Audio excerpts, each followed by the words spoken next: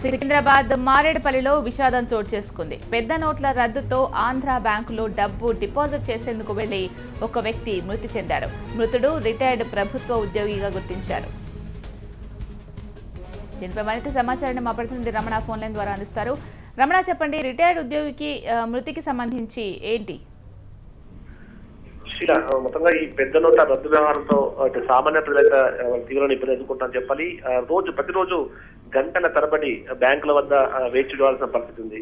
అయినప్పటికీ కూడా అసలు నోట్లు అందుబాటులో లేక తీవ్ర ఇబ్బంది ఎదుర్కొంటున్నారు. అయితే తాజాగా ఈ వ్యవహారంలో మొత్తంగా విషాదం చోటు చేస్తుందని చెప్పాలి. మారేడుపల్లి, ఈస్ట్ మారేడుపల్లి ఆంధ్ర బ్యాంకులో రిటైర్డ్ ఉద్యోగి లక్ష్మీనారాయణ ఉదయం బ్యాంక్ వెళ్లారు. బ్యాంక్ వెళ్లి ఆంధ్ర బ్యాంక్ లో డబ్బును డిపాజిట్ చేద్దామని చెప్పేసి లైన్ లో దాదాపు 2 గంటలు నిల్చున్నారు. ఈ క్రమంలోనే అతనికి గుండెపోటు రావడంతో ఉన్నటువంటి వారంతా కూడా కలిసి ఆసుపత్రికి తరలించే ప్రయత్నం చేశారు. కానీ అప్పటికే ఆ వృద్ధుడు చనిపోయినట్టుగా వైద్యులు మొత్తం నిర్ధారించారు.